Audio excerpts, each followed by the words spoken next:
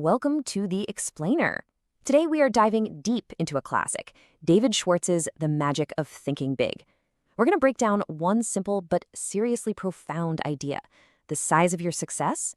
Well, it's determined by the size of your thinking. It all kind of starts with this number, 5 times. Now, this number represents a huge gap in achievement that, you see everywhere. One person earns 5 times more, they achieve 5 times more, they live 5 times bigger than the person sitting right next to them. So what is it? What's the one thing that creates this massive difference? Is it just raw intelligence? Is it about working harder? Maybe they got a better territory or just better luck? What's the deal? To figure that out, let me tell you a quick story about a guy named Harry. See, Harry was a salesman, and he was pulling in $60,000 a year. The average rep in his company, just $12,000. His boss dug into the records. Was Harry 5 times smarter? Nope. Was he working 5 times harder?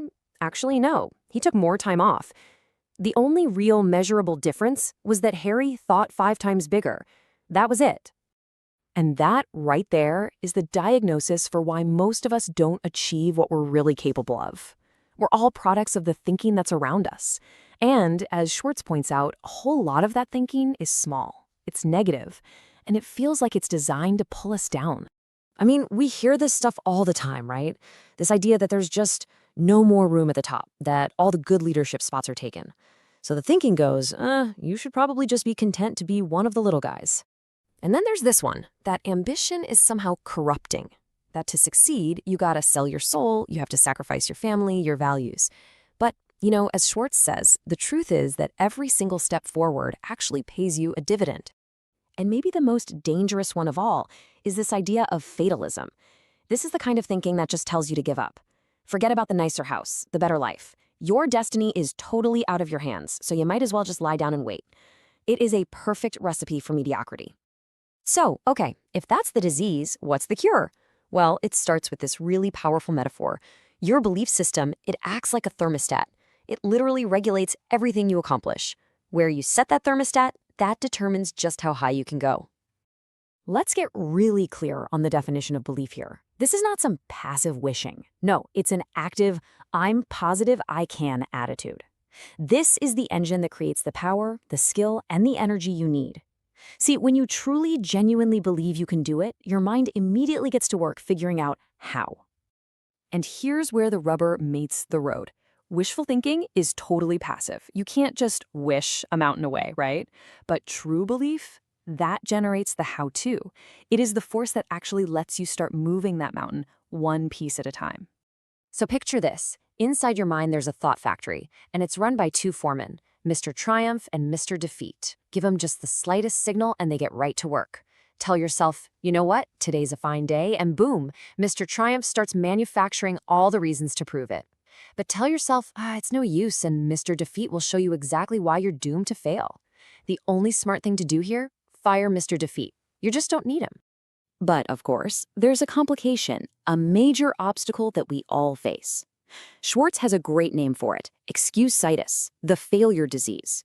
It's that habit of making excuses for why we haven't, why we don't, why we can't, and why we aren't.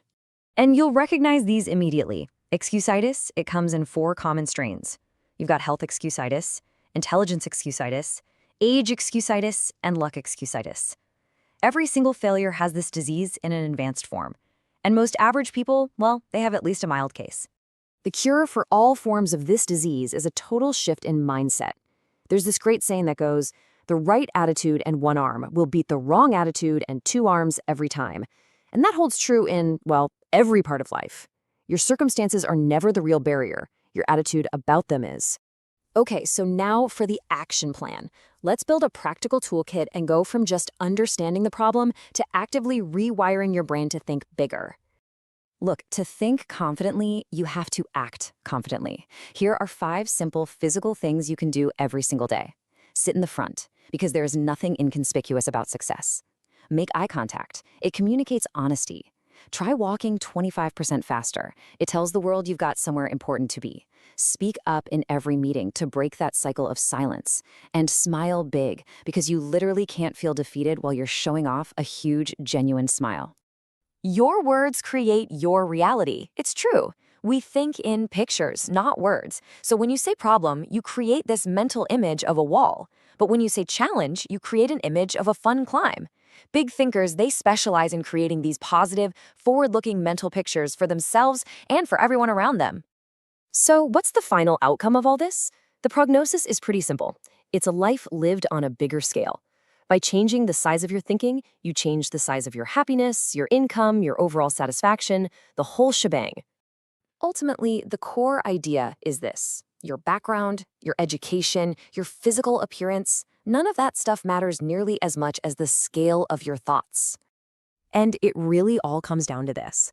Life is too short to be little. You've got a limited time on this earth. So why would you spend it thinking and acting in a small way? Why sell yourself short when you're capable of so much more? So we're back to that belief thermostat. Your life is going to expand to meet the setting you give it. The call to action couldn't be clearer. Reach up and consciously adjust your thermostat forward. Which leaves us with just one final, very personal question. The limits, you see, they aren't external. They're the ones you place on yourself. So the real question you have to answer is, how big will you allow yourself to be?